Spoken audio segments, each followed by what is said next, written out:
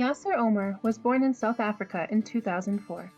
His parents are originally from South Sudan. He came to America in 2014. He is a junior at Fargo South High. He speaks Somali and English. His favorite subjects are science, math, and government. His hobbies are playing games and playing basketball. In the future, he would like to be an electrician or a mechanic.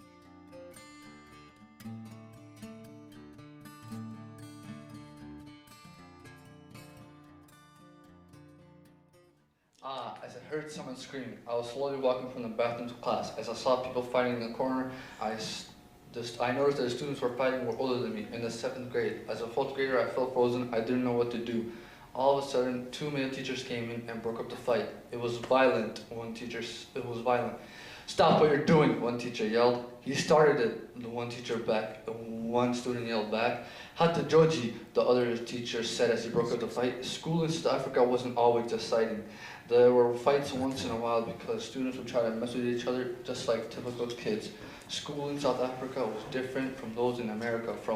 For lunch, they made us eat outside. They'd give us an umbrella in case it rained. The school named all the students hall monitors. The title was only for a handful of students. If the other kids tried to leave school grounds, they sent the 8th graders to bring them back, and they'd call their parents and be suspended immediately.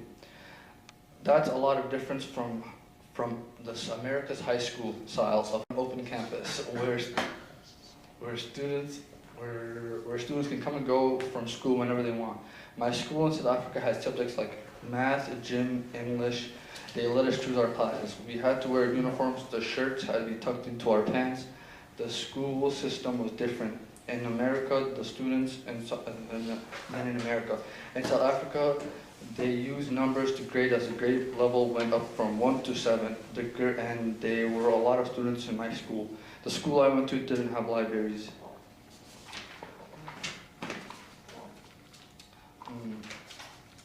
My school did not have sports teams in South Africa.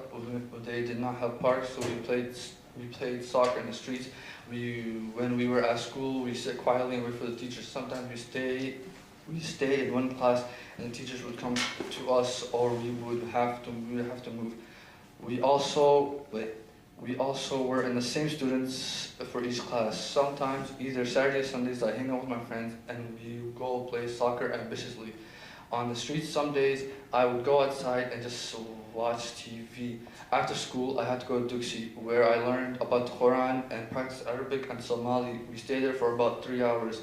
The Ma'alin's job was like an assistant teacher. She watched class as she helped correct the paper. In South Africa, we owned a small store. We sold some essential items. I would spend time at the store. I wasn't in school. When I hang out with my friends in front of the store, we play a game called Four Corners. I would always get sad when I had to say goodbye and head home. I love playing with my friends. I remember walking home slowly and watch the sunset. It would be nighttime before I reached my house. One day, I brought my friend home after school. When I got home, my family members seemed excited. "Why are you all so happy?" I asked. "We are moving to America," my mother told me. I didn't say anything because I was stunned. Time went by so fast. After that, even though I didn't believe at first we were actually going to America, I left to go to the United States. 5 people came with us on the flight. I was with my dad, my mom, my 2 sisters. The journey to America was long. We had to board 4 different planes. We landed in Chicago, and I saw a bunch of different lights. It was loud, and I also remember seeing the McDonald's. We took another flight and landed in North Dakota. I was 10 when my family made it the life-changing journey to America. When we arrived in Fargo, North Dakota, it was in the summer. We moved into an apartment. Real life in America was different because I had to go to school earlier and stay later. Most days after school, I watched TV and played Pokemon with my cousin. Once I had to go take food to my dad's job because it was Ramadan and we couldn't eat from 3 until sunset. I liked helping my family sometimes. I had to go to the grocery store and buy groceries. From my family, I was hard to understand. People, when I first came to America, they didn't understand me. Sometimes when I walk to the store, I see dogs on the streets, and I try to avoid them because I didn't like dogs. If they were dogs walking on the streets, on the sidewalks, I would try to avoid them. When we moved to America, there were many challenges. I moved into the summer, so I didn't know about winter or fall. When winter hit, it was so cold. I really didn't know how to dress. I never wore big jackets. It was extremely cold. It was unusual. I wondered how people could actually like living in a place where it was cold so many days of the year. When I came to America, my cousin helped my parents like paying the bills, driving lessons. When I first went to school, I had to walk. It was fine. My parents not being able to pick me up from school. On my first day of school, I introduced myself. My name is Yasir. I'm from South Africa, and I got questions for school. They asked me like, did you have to hunt for food? As one student asked. Did you have water? Another student asked.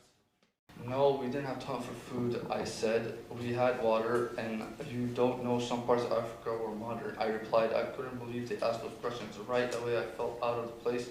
The students seemed to have the idea of South Africa. We're not like them. We lived without houses. Another challenge was trying to learn new subjects like math. It was hard because they learned new ways of doing math problems.